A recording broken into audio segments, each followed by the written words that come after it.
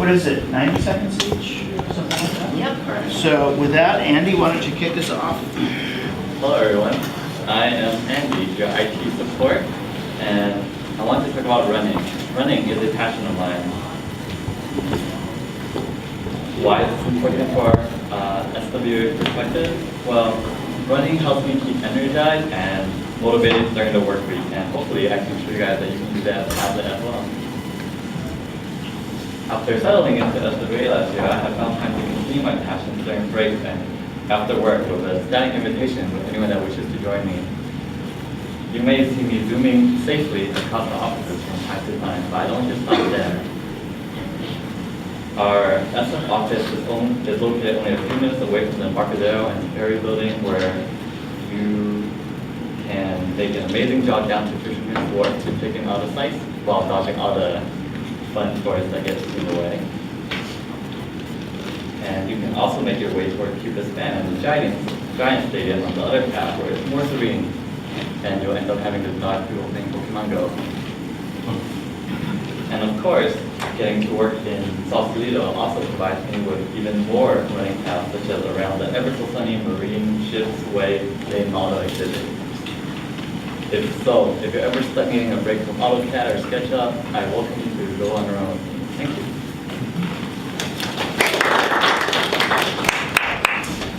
All right. My name is Ben Waldo. I'm from Minneapolis, and I have a background in architecture and urban planning. Graduated from UC Berkeley with my MLA in 2015. Been a designer with SWA since September, and I've also been to every state in the U.S. except for Hawaii and Alaska. In my travels across the nation, I've become interested in the ubiquitous landscape of the American dream and how it has been propagated by ideas from American landscape architects, beginning with Andrew Jackson Downing, who established the moral imperative to maintain an idealized landscape. Downing's ideas became incredibly popular, and Olmsted capitalized on this by providing a product in the form of early American parks and suburbs. Streetcar suburbs became a defining characteristic of American culture. With advances in technology and geographic upheaval from the Second World War and the Depression, designers such as Tommy Church and Garrett Ekbo developed new iterations of the landscape for the American dream. Today we face new upheavals. This is a foreclosure map in Las Vegas.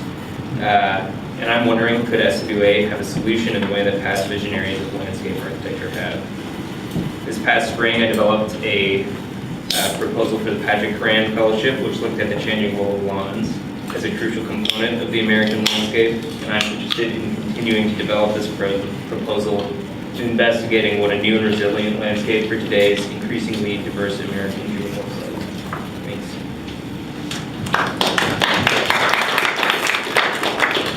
So hello, I'm Jing Yao Zhu, growing up in Yancheng.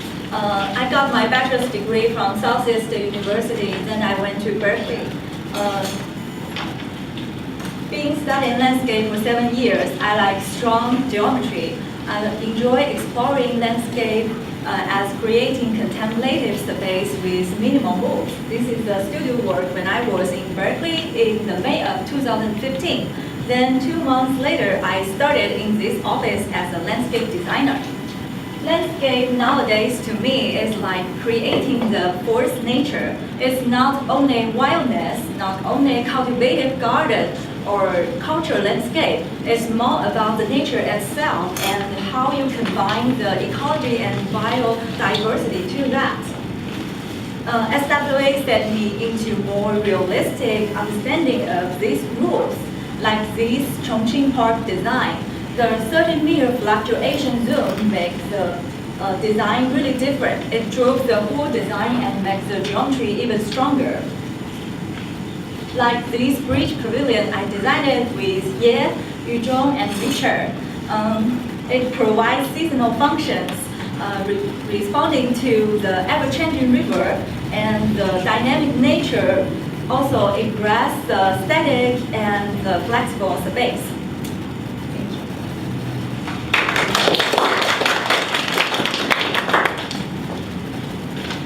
I'm Chris Harding.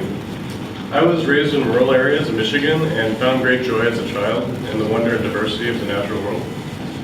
And this led to going for a degree in biology and environmental science at Duke University. And during my time there and through research and technical work afterwards, I found that I was actually more interested in some kind of profession that would generate new ideas, as opposed to documenting the rather depressing decline of ecosystems. And so when it came to landscape architecture, I kind of had a revelation. Both the scales fell from my eyes, and I started to see cities as opposed to concentrations of human-induced blight, as these coral reefs of expression in humanity and culture. And in my design work, I want to create that same sense of wonder that I would have for a natural place, a sense of adaptiveness and complexity in our built landscapes. And I do think there are times for minimalism and restraint, but there are also times for places to express joy. This can happen at a large scale, tying in the complexities of community process, ecological systems, and history, or at the small scale, developing unique tactile expressions in detail to provide a niche in the human habitat.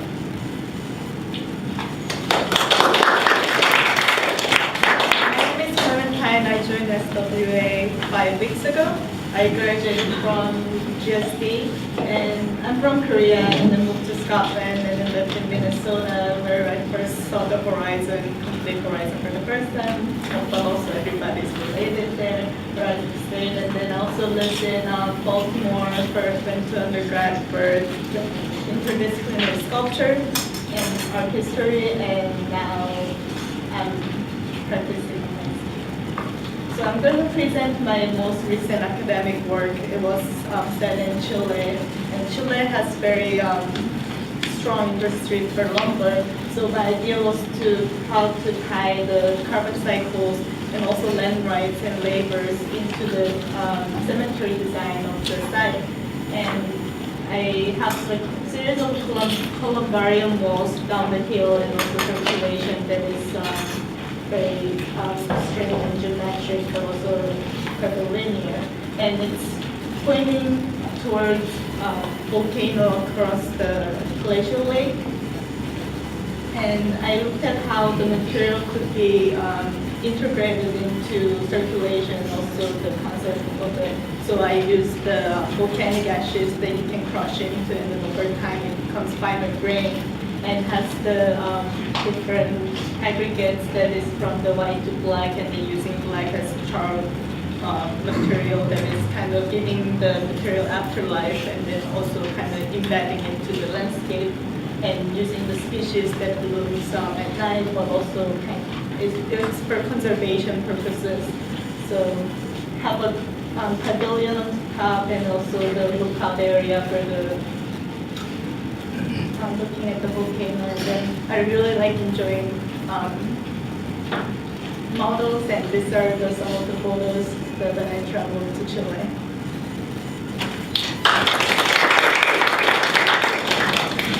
Hi, my name is Daniel Affleck, and I'm from Connecticut, and I believe that goats are the future.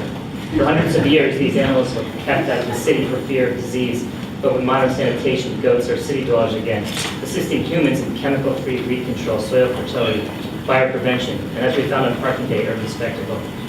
I believe that urban goats are a sign of a much larger paradox. Our post-industrial cities are becoming more rural, and our countrysides are becoming more urban.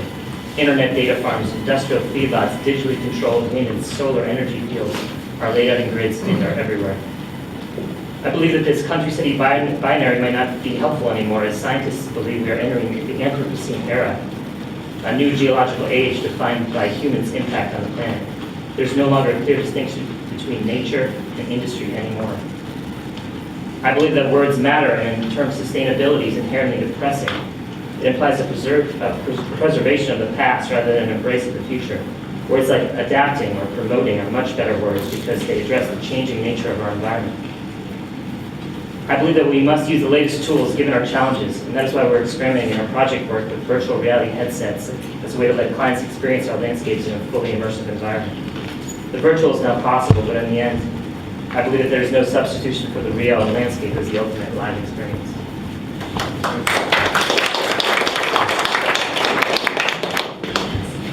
All right, hi, I'm Daniel Cunningham. I've been at SWA for about 3 years now. I know a couple of you. I've been fortunate enough to work in a couple of your offices. And what I'd like to talk about today is I like to sit outside. And and that's a passion I have that I think I share with a lot of people in this room. And I feel like American cities do a poor job of providing places for people to sit in public spaces. Historically, public spaces have been important for conversating and sharing news, as well as a crucial part of democracy. Although now there seems to be more interventions like this that are preventing people from occupying space and really limiting the way people can use space. One of our current projects is in South San Francisco, and one of our clients' main concerns is safety. And the way we're addressing this is really trying to activate that space by providing places for people to sit and enjoy the space and occupy the space. I think it's important for us as landscape architects to convince our clients and cities that this is the right move in design to increase the activation of spaces.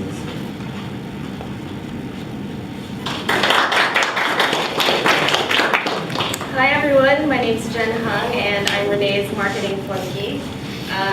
So before I moved to the Bay Area in 2006, I was in SoCal, juggling an AE marketing career with my band life, which, as you can see from the fashion, began in like the early 90s. So even though I didn't get money or fame, the experience was priceless and it's forever a part of me. Today I'd like to pass on some of the knowledge I gained from that experience. So, number one, don't be afraid to take risks, but don't quit your day job. So follow your dreams, but just have a backup plan, because there's nothing cool about being a 30-year-old living with your parents. So. Number two, it doesn't matter what other people think. We did experimental noise pop music, so it wasn't like we had a big fan base, but just do what makes you happy, regardless of what you look or sound like. Number three, don't be a prima donna. We're in this together, so let's be kind to each other and work as a team. I might have been the lead singer, but if I didn't have my band, I would have sounded like a dying dolphin. And also, never stop practicing. I spent almost every Saturday of my life from like 93 to 2002 rehearsing from 10 a.m. to like 5 p.m. And it still wasn't enough. So whether it's in your career at SWA or just being a better person, never stop practicing. And lastly, know when to get off stage. Hi everyone, my name is Jing Ma. I was born in Nanjing, China. I did landscape architecture as undergrad in Southeast University in Nanjing, and then I got my MLA degree at UC Berkeley. I first started at SWA in 2014, and then I rejoined about 3 months ago after some practices in Shanghai and Berkeley. I have an encyclopedia book that collects all the design topics that influenced me a lot along my way. So the first page on the book is public participation. Here at SWA, I learned that there is a design process that starts with public ideas, and then this process has grown in me and traveled with me to a conference in Taiwan as well. Sustainability is a topic we often talk about in school, and here at SWA, we bring it to the next level of practice, trying to create sustainable wetlands and water features. Like a lot of people in this office, I like to think big, trying to create greater good for not just the project site, but also the surrounding area. Yes, we need to work with reality, but the process between here and there is most meaningful. Parametric method is something I just recently started and fell in love with, and I would like to write more on this page of my book in the future. Sometimes when our interests are different from what the clients are, we have to have some kind of designer wisdom. In this Shanghai Disney store project, the client doesn't want to make any benches that we actually cheated in here. And when I visited, cheated in these curb-like benches here. And when I visited the project in Shanghai, I found that they are the most popular benches in Shanghai. This is not the last page of my book, as it is growing bigger and bigger. Thank you. Hello everyone, my name is Li Tang. I joined SWA group in last year. I grew up in a coastal city, Tianjin, China, a city full of the traditional culture and some crazy buildings. And then I got my undergraduate degree in China Agricultural University. I worked in China for several years. I learned a lot of the landscape knowledge from my undergraduate study. And so this is the one project I'm doing in China. I like to use the different characteristics of the planting, like the textures, or forms, of colors to create the different space for people. Another project I want to talk is the polygamble. This is the project I am currently working on. In this project, we use the different planting and the landscape to create the multi-layers in this space. And my China working experiences and the planting background bring a lot of background in this process. I also have my urban design master degree in Savannah College of Art and Design. Studying in art school, I learned the skill of making animation. This is the keyframe I made for content video for our Gemstone project. I feel the animation is really effectively bring to convey our ideas clearly and attract people's attention. So I would like to bring this skill in our other projects in the future. Thank you.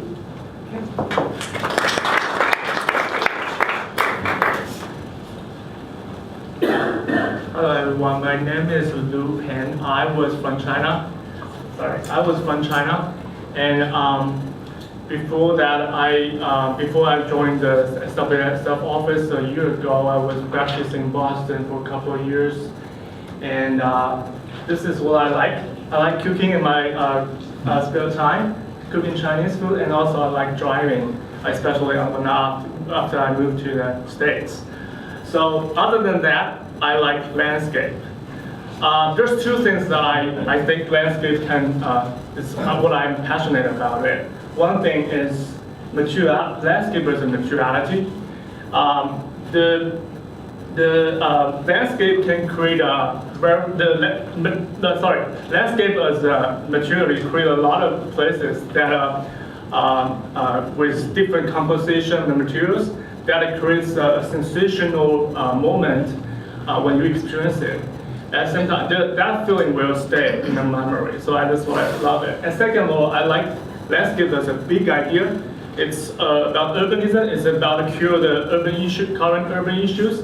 And at the same time, it brings us as a profession to a big vision about what we actually can do. So this is me with those inspiration on in my mind and the skills on my hands. I'm working on the projects that the SWA SF office. Thank you.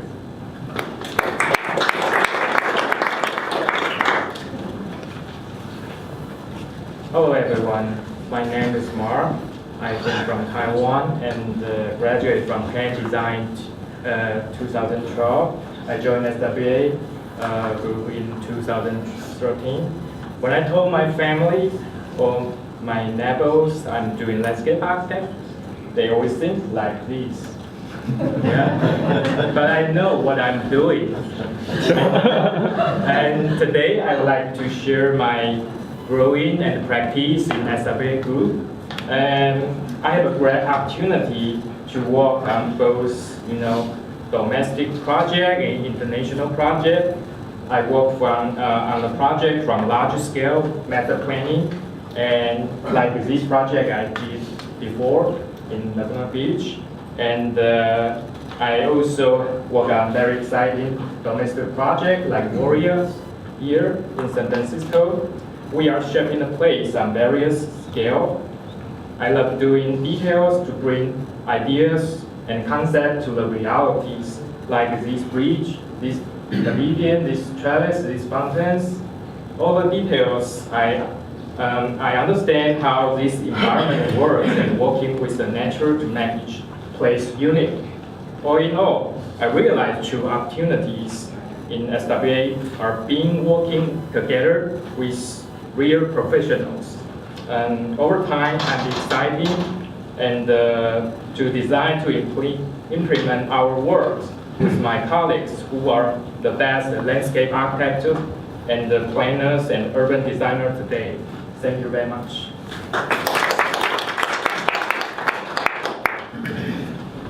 Hello, my name is Mariana Ricker. I recently joined SWA after graduating in May with my Bachelor's of Landscape Architecture from UC Berkeley, as well as minors in Conservation Resource Studies and Sustainable Design.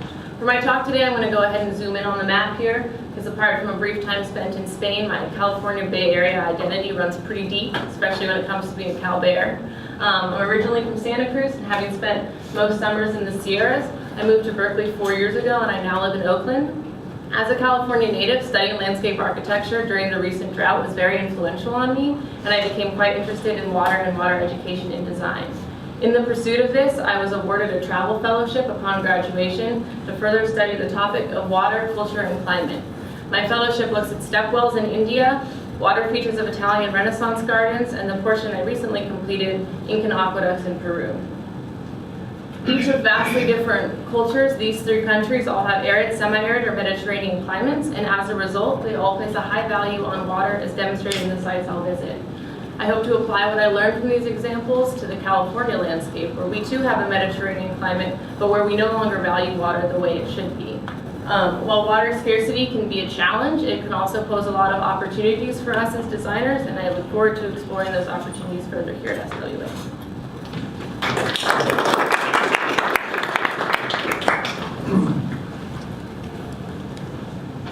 Hi everyone, I'm Mark Schumacher. I'm a Bay Area native too, and I've been at SWA since 2008. I'm the information manager, not a designer, so ever since I began here, I've always been interested in knowledge sharing, forever asking if only we collectively knew what we each individually know. Now, the knowledge management industry uses a lot of common sense terminology, or buzzwords really, but keeping these ideas in mind can truly lead to better outcomes for SWA. For instance, the idea that knowledge sharing can lead to better decision making. This here is, this word cloud is what we searched in imaging last year. Some of the knowledge we create is easy to document. And because we can capture this, we can know what was important to staff searching for images in our library, and that knowledge can drive decision making, what to feature and what needs to be photographed next. Okay. Whoopsie. Sorry, guys. I just like the information fast and furious.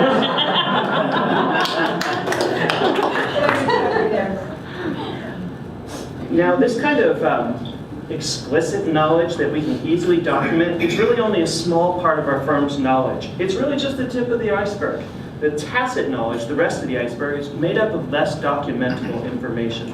You can find explicit knowledge on SWOT, but tacit knowledge can be really tricky to track down. My role is the ongoing effort to transform tacit knowledge into explicit knowledge so it can be documented and available for everyone at the firm. Here's an example for that. These are some screenshots from a recent effort that I worked on with Michael Tenbrink to help marketing better document their pursuits. Every office knows, of course, tacitly how their marketing efforts are going, but we really haven't had an evidence-based way to systematically compare that between offices. Making these reports faster and easier to create lightens the workload for the team, and in doing, increases the efficiency of the response. Archiving this data helps us preserve valuable existing knowledge, and hopefully the understanding we glean from these records will lead to better, more informed decision-making about where to concentrate our marketing efforts in the future. Thank you.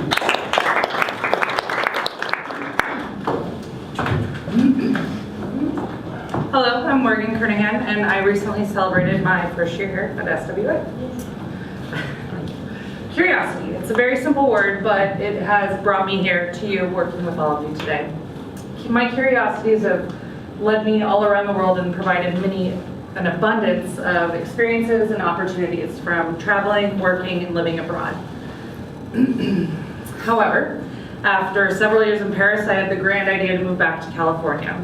With the shortage of jobs and opportunities out there, I decided as a previous student of psychology, why not work in hospitality? Couldn't be a more interesting group. Hospitality did provide an immeasurable education for myself. However, living in San Francisco, I decided why not try this gold rush, and I decided to work in tech. A previous recruiter I used called me one day and told me about a job here in San Francisco. At first I wasn't that excited about it, and then out of curiosity I said, well, what's the company? Within a few hours I had an interview lined up, and I didn't know anything about landscape architecture, but I knew I wanted to learn more. Curiosity is what I bring to San Francisco's office every day, whether it's challenging, previously set up things that we have, or trying to figure out why Jim Lee hates doing his timesheet so much. It's a part of who I am, and it's what I do every day. And SWA has the unique opportunity for me where everything I've done in the past, I get to utilize here, but I also have the opportunity to learn and grow. So I look forward to seeing what happens with that.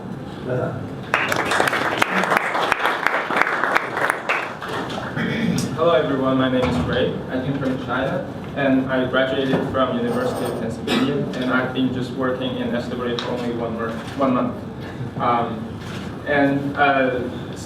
Speaking of my interest, I'm particularly interested in anything that's related to manipulating people's perspective, especially in a visual way. So you can see images like visual effects, perspective illusions, like false geometry. And as part of that, magic has been one of my hobbies since I was 11. I enjoy looking at a maze face when I play magic to people. If I succeed, of course, otherwise it's pretty awkward. And also as part of that interest, I'm intrigued by any ideas that's related to something like walking or distortion of time and space. I like that because I think there's a certain level of reality in it. We do know that, but we might never be able to feel it or see it in our real life. So just imagining it is very fascinating for me. And every time I see movies and books related to that, I got super interesting. So if you do have some recommendations, don't hesitate to let me know. Those kind of weird interests kind of influencing my philosophy of design. What I've been trying to do during my academic years is to advance landscape design by the surprise of magic that could speak to the deeper layers of awareness and effect changes in the structure of our lives. And lastly, this is just an overall summary of myself. I try to, like you can see my name here, and I try to embed my interests, my previous work, and my hobbies, experiences into that make me a designer standing here right now. Thank you.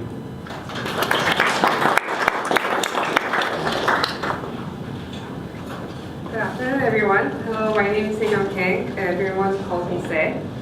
I joined SWA in 2006 after finishing master's degree at the GSD. And at that time, I thought everyone after you finish degree at GSD should go to SWA for some reason, and then I'm still here. So I spent some time in like Warsaw, New York, here and there, but I'm mostly grew up in Korea. This is me. Could be a little feisty or aggressive, but I think I'm more on the softer, nicer side. And I can try to be extrovert, but I'm very introvert. So thought I should share who I am with you guys. My passion is traveling. I love traveling. And while working at SWA, I got to work not only just domestic projects, but a lot of other international projects, like projects in China, like Mexico, Saudi Arabia, Japan, Korea, all over. And that was a very fun time. But then, last December, 5 hours after watching Star Wars, my perspective, my passion started to change.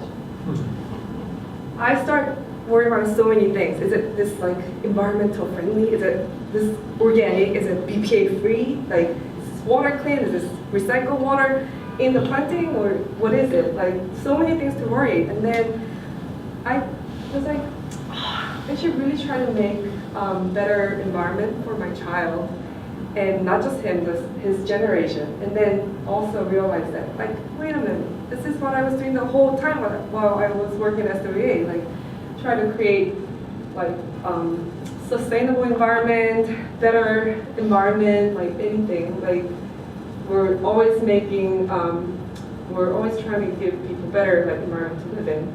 So that's where my new passion lies in. Thank you.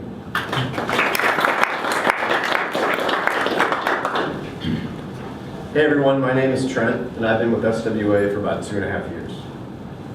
So when I'm not designing, I love to be active. My hobbies include drumming, and also recently melting my brain late at night exploring technology. So currently, my brain looks like this.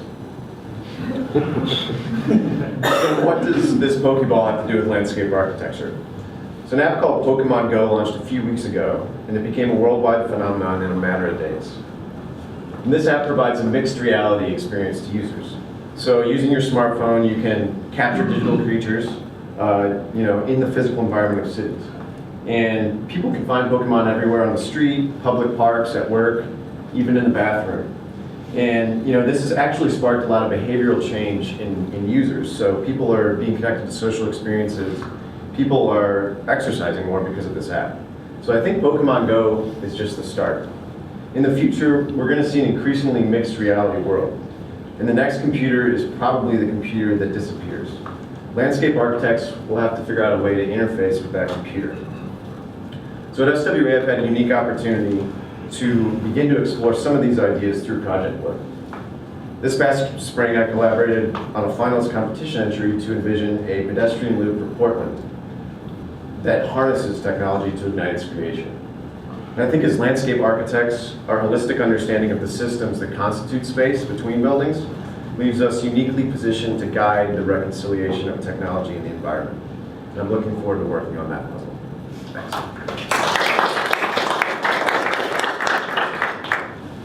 Hi, my name is Yuchong Lee, means plum tree, universe, in between. I guess that's why I'm designing landscape. Landscape is everything between universe and plum tree to me. I've been with SWA for 5 years. After a long detour in learning civil engineering in Taiwan and urbanism in Netherlands and working for an architecture firm. Eventually I found myself really into landscape because it's really trying to catch those intellectual qualities about land, people, and culture. And as most people in this room knows, I love sake. And not only love drinking sake, but also enjoy making it. Making sake is not easy. A lot of factors matters. To make good sake, you need good soil and water that produce the best rice and even bacteria in the air. Also, making good sake need a lot of skills and patience and also love from all people. Also, you need to work with temperature, time, and seasonality. I'm not trying to sell sake here, but it's actually similar to landscape. Landscape really is even harder to me. So making good sake, make good landscape, there's a method, but in fact, make essence landscape sake is art. So my career goal here is trying to make the best landscape that tastes better than sake. So next time when you drink sake, think about me and landscape. And next time when you see a landscape, think about sake and the word I have here. And when you see me next time, ask me about my landscape and my sake. Thank you.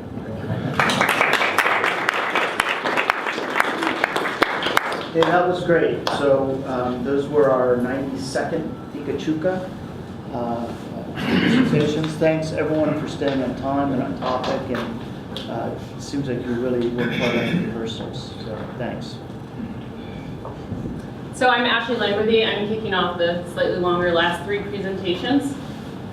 My personal trajectory, I was born and raised in Hawaii. I was born on Lanai, which is pineapple plantation island, and then moved to Oahu with my family.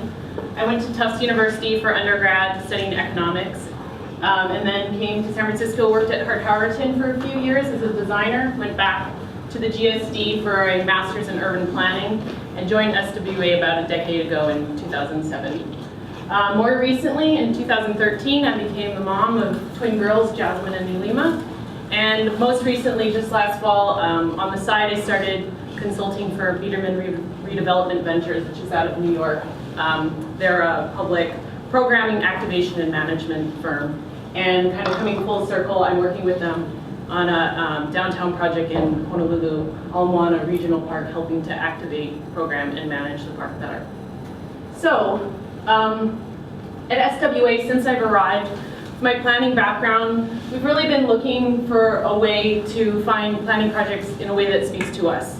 This office is particularly interested in urban work, in work that has some sort of public component, and work that is design focused. So what does that mean in a planning in terms of a planning context? And we've had several successes of projects that find that kind of meaning for us. We've also had many discussions, especially recently, of how do we increase our value and actually get better fees. My recent experience with Biederman has taught me that people who do fairly similar work to our planning actually get a lot higher fees. And so how do we incorporate this into our practice? In the last year or so, we've had a few new projects that I really think speak to all the qualities that we want to work on in terms of urban public work, but in a planning context, and also have been leading to a lot of new projects and some better fees. So I want to touch on three very quickly. First off, Jack London Square, which is a project that Renee and Lee Stickles worked on about a decade ago, and they did some great work. It was at the beginning of the recession, so there wasn't that much money to go into the work at that time. And recently, CIM Group bought the project and brought us back on with BA Architects to reactivate and redesign some of the spaces. So although Renee and Lee did some great work, a lot of Jack London Square still really needs our help. It's dated, it's cluttered, and it's empty. There really aren't that many great spaces for people, although there's a few things that are working well. So we want to build off our past success, and what we're looking to do is create activated and engaged, welcoming public spaces, connect into what is great about Oakland, and complement and support the vibrant retail, new vibrant retail. Currently it's at 40% unoccupied, so some room for improvement. And another thing I just want to mention is, so this whole site is our master plan site, but we actually already have 2 proposals out that I think are going forward with the client, residential towers. So this has led to additional work for us. Second project I want to touch on is South San Francisco, east of 101. If anyone doesn't know this project site, it is 950 acres. It's just north of San Francisco Airport, very well located. There's a Caltrain stop within the site, and there's also a ferry that comes from Jack London Square. It's where the Genentech headquarters are, and it's a very vibrant hub of, well, not vibrant, it's a very, it's a hub of employment, and they have a lot of great businesses there, but the environment is pretty terrible. This is kind of what it looks like. It's very auto-centric. Even though it has Caltrain and ferry, not very many people use those because they can't get to their the last mile connections. So we're brought in. This also shows the pedestrian score, which is pretty low for a very urban area. So we were brought on to help this. And what we just started working on it in May, but some of our early solutions after our analysis is to find ways to make it multimodal, well-connected, connect to the bay, connect to the Caltrain, to the ferry, find insertions of places that we can activate with new retail, new places to eat, new places to drink. There currently aren't any of that. And there's a lot of really exciting development going on in the area. We're stemming off of that. There's the Cove, Oyster Point with Greenland, and Verily with Google, as well as the existing Genentech headquarters. Leading from this, we've actually had a lot of success with new projects. We're currently working on the plaza for Caltrain right here. We got also Grand Ave, the design for that. We became the on-call landscape architecture services for the city of South San Francisco, and we've been contacted by Prologis and asked to write a proposal for their property, which is right across from the Caltrain. So this is really leading to some great work. Finally, the last project I want to touch on is University of Cincinnati, which Renee, Daniel, and I have been working on for about 2 years.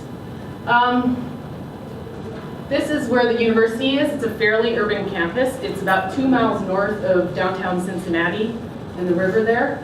And they have a really strong and long tradition of valuing design and architecture. It's kind of a museum of starchitects on campus with Hargraves, Gary, Shumi, and Maine, as well as others.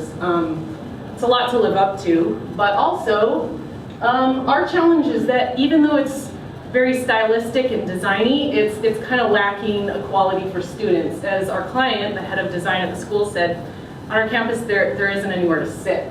So our challenge is to make it more student-centric, more activated, more comfortable. And that's what we've been doing. To touch on just where we're working on the campus, we started with the East Campus Master Plan in their medical campus. And then we got the contract to do the health sciences site design with Perkins and Will. Then a dormitory site design with EHDD, thanks Renee. And then on to a West Campus master plan that we're doing currently. We're currently also working on the College of Business site with Henning Larsen Architects out of Copenhagen. And at our last meeting in July, they said, oh, we want to bring you on for the College of Law relocation. So it seems like there's more work coming from this. Just to touch on the kinds of things we're doing, this is one of the earlier projects, the Health Sciences Building. This area, the East Medical Campus, there's really nowhere to sit, no heart for that campus. Faculty and medical students ate their lunch in kind of depressing windowless common rooms. So what we did is we created a flexible lawn quad in the heart of the campus with food opportunities, places to sit and gather, have a barbecue, throw a frisbee. Working on the West Campus, these are sort of our guiding design principles to activate, improve the campus, integrate it, and make it more transit accessible. This is for the dormitory with a dining facility at the base. We try to create more spaces for students, lounge outside, gather. And finally, also College of Business site, which we're working on currently. This is the architect's design, but we're trying to create more softness in the campus, more places to sit, activate, all that good stuff again. Finally, just, so this seems to be a really good business model for us, as well as a really exciting projects. As we mentioned, these master plans, this is what has led from it. And I think our office is pumped. We have a lot, sort of this new planning practice that has sprung up, and we are looking forward to the next projects. Thank you.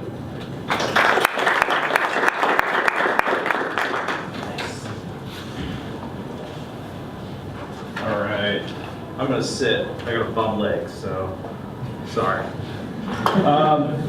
I'm Richard Crockett, and here is my story. I was born in Kansas. I grew up in Nebraska. I went to school in Minnesota. I lived in Nanjing, China, and I finally landed here in the Bay Area, where I went to graduate school at UC Berkeley, and then to this office. But ultimately, I'm from Nebraska, which admittedly is a very boring and mundane place to most people. Growing up in this large and relentlessly repetitive landscape leads a young mind to develop a geographic imagination about other places, and also look very hard for what makes a place unique. And I use this curiosity in everything I do. So today I'm going to share with you two projects that are quite different. Different parts of the world, different physical characteristics, different programs. These two projects both attempt to add a new layer to the place that is true to the integrity of the geography they're set within. Geography literally means Earth writing. It's the way we understand Earth's processes and interact with them and their contents. And landscape architecture, in essence, rewrites geographies. That's what I'm really interested in. And in the design of these two projects, we're focused on specific geographic phenomena that enables us to foster the values of the given locality that it's set within, at a time when most everything in our lives is trending towards globalization. In short, we're proceeding with the belief that it's the land and the way we shape it and the way we rewrite it that allows it to become the repository of the stories of our culture and the specialness of our region. San Antonio Station, the first project I'm going to share with you, is a landscape and architectural retrofit project that transforms an introverted site into an open, connected, flexible campus landscape.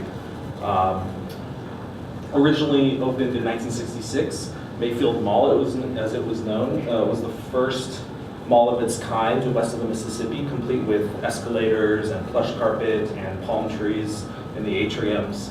On the outside, typical of malls of the era, a sea of parking surrounds very large buildings without pedestrian circulation or activity spaces, even though Mountain View has some of the best weather around. Mature trees on the site posed an interesting challenge. Many were at the end of their life or in a hazardous condition, but the neighborhood had grown attached to this large landscape, these beautiful trees. So when we considered how to meet that challenge of a depleted site forest, we asked what was emblematic or special about trees in this region. We found that prior to agriculture, Silicon Valley was home to broad savannas of valley oaks. So in order to recreate this park-like feel, and revive kind of the intrinsic ecology of Silicon Valley, we set out to plant as many valley oaks as we could around the site's perimeter. Sorry.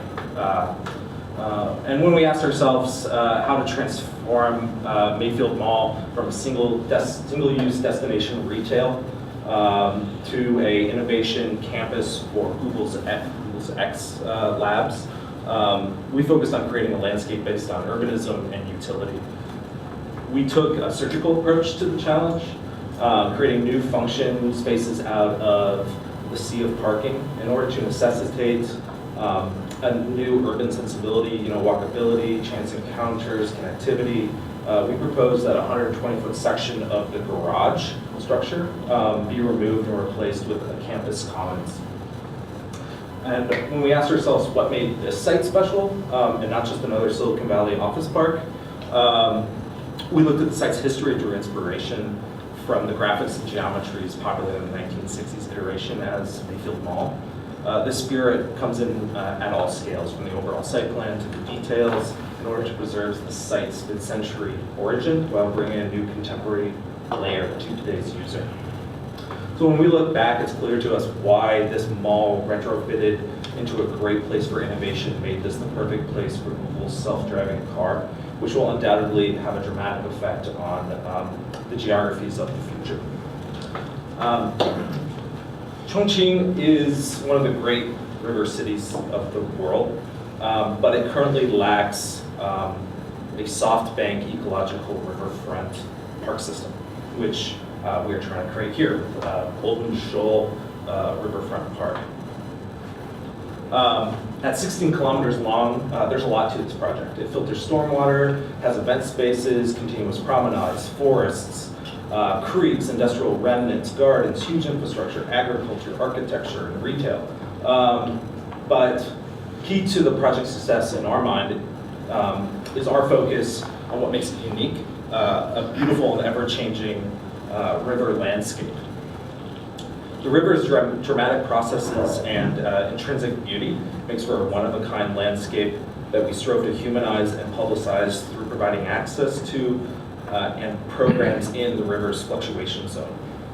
Unique to this site is its extremely restless river's edge that creates a 30-meter fluctuation zone that presents challenges of safety, access, and durability of park infrastructure.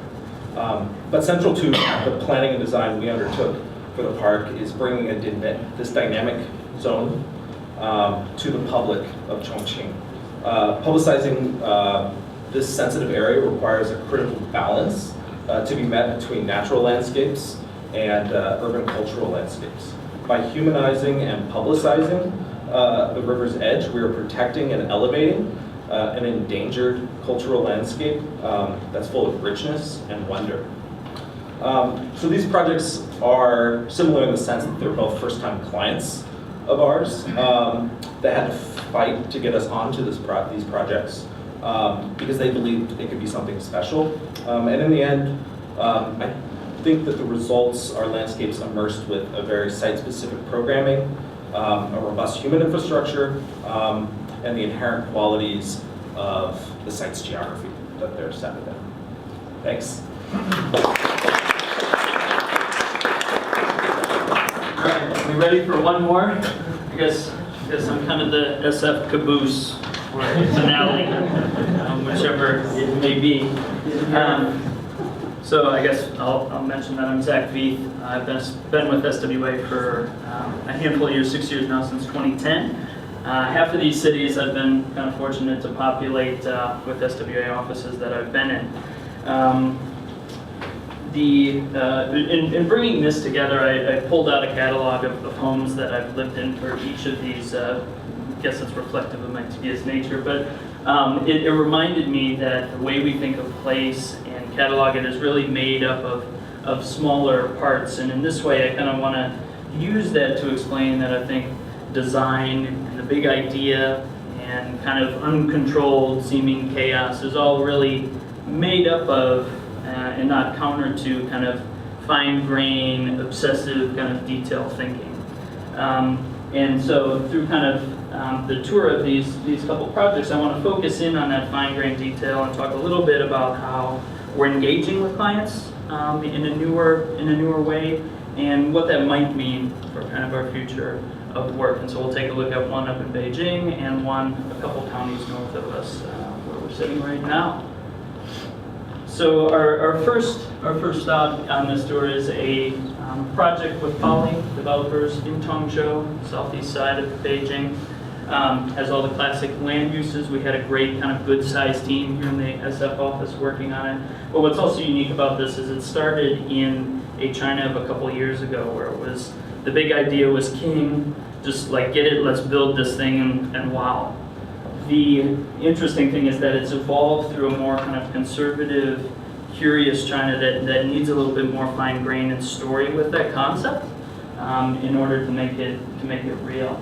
So in the big picture, it's oriented on a river. We've got these great kind of big moves, a paving grain, series of above grade L3 decks, bridges that kind of tie you through, kind of a good big thread. And those are easier to kind of rationalize and sell in a client world of a couple of years ago. But one item that was a little tougher conceptually, especially in a recent kind of client mindset, is this notion of some water features that were an important concept for us to tie us back to the riverfront. But they represent for us a shift in how we're defining them and communicating with clients, which I think kind of positions us well for future work. That is, these architectural pieces very specifically were oriented to kind of pull you into the site, and in that architectural way, they weren't perfect for how water flows. But our story and the fine grain that we brought to that is tying them in with the paving grain and in creating this kind of ribbed detail. We were actually defying gravity with water and pulling it across. Super cool, nerdy stuff that we all, at least me, love in creating details. But that's really hard to kind of convince and get buy-in on that. And so at the request of the client, one thing we were able to do is engage them in mock-ups, let them test how the water flows, how this thing should be detailed, and in that way, we found some really neat benefits in terms of getting a huge conceptual idea for us, kind of still in build phases as well as future phases of the project. So let's change scale a little bit, actually a lot of it, to a much smaller SWA team, and look at a project called Red Hill Vineyards. It's on a 120-acre site in Lake County, north of here, north of Sonoma, Napa. Lake County is a county in transition. It's a place that's, in my observation, transitioning from kind of meth labs to wineries and vineyards. But what makes this project more special to me than that transition is that this is one of Bill Calloway's last projects. And working with him was really wonderful, of course, in that he brings kind of clarity to landscape architecture and design and life in general through simplicity. And so this project kind of took on a very agricultural, pastoral landscape. And to do that, you let the long view shine through some really kind of clean detail.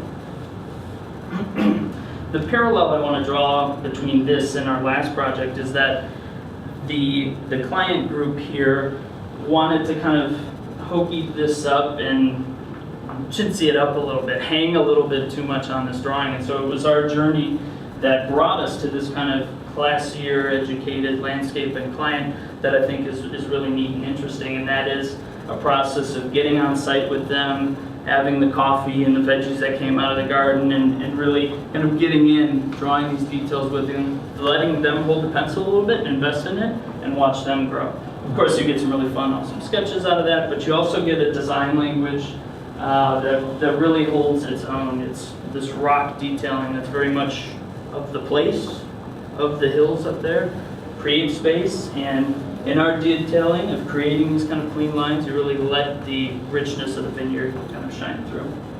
So, although Bill didn't get to see all the pieces fully built, we've been really lucky to grab the baton and kind of advance those notions to further phases of the project and reference work, which I think is really special, and I hope even more of our SF folks kind of get to share in that magic. So, thank you.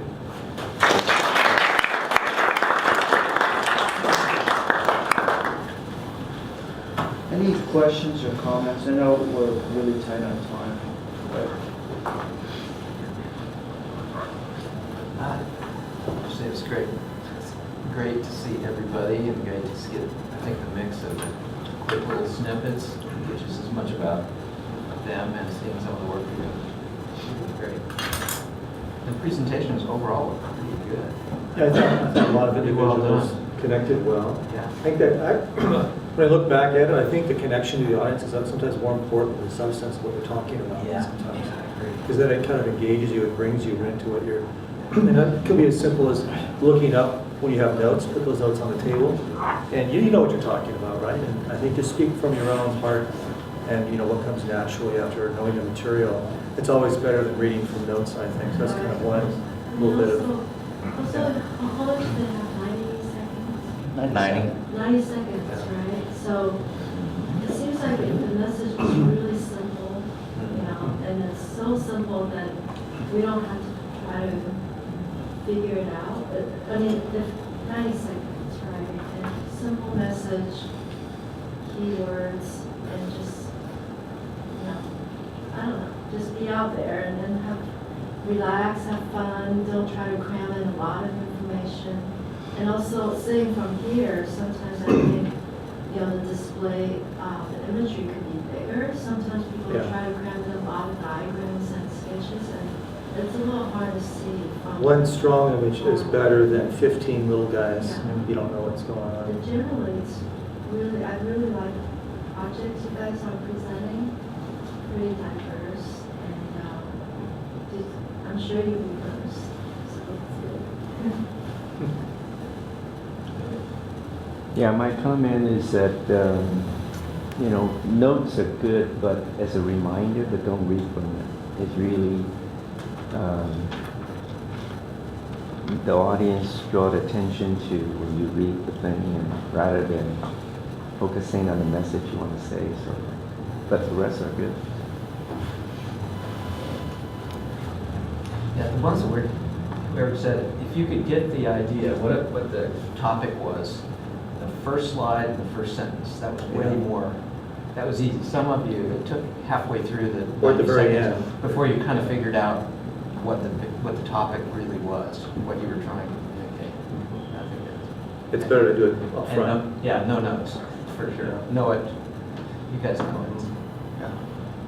It'd be interesting to do this again and ask a particular question. So everybody has to answer a question. So what were the instructions that were given for what to present? So just present anything you want in 90 seconds or present yourself? Introduce yourself, talk about a topic in landscape architecture that you're passionate about, and try to connect it to your work at SWA. I mean, I think it had to be tried because some people have only been here 4 or 5 weeks, and others have been here, 4 or 5 years. We were just going to do the new people at first, but then there's so many new people, just like we'll do the whole thing.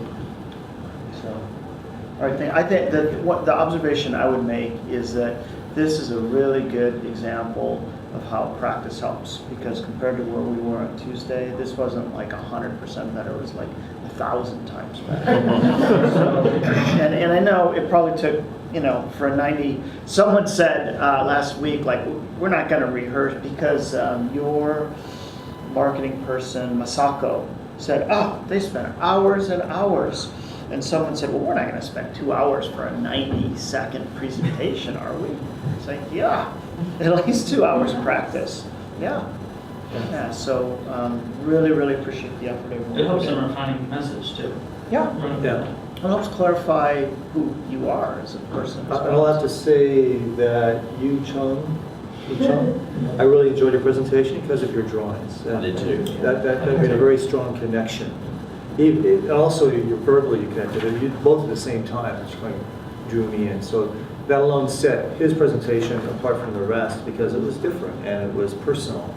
The more personal it is, always the more successful you'll be. And this is how the real world is. You have 90 seconds to tell the client, and that's all the attention span they usually have anyways, right? So, well, I would also, who's the young lady, is a blonde right there?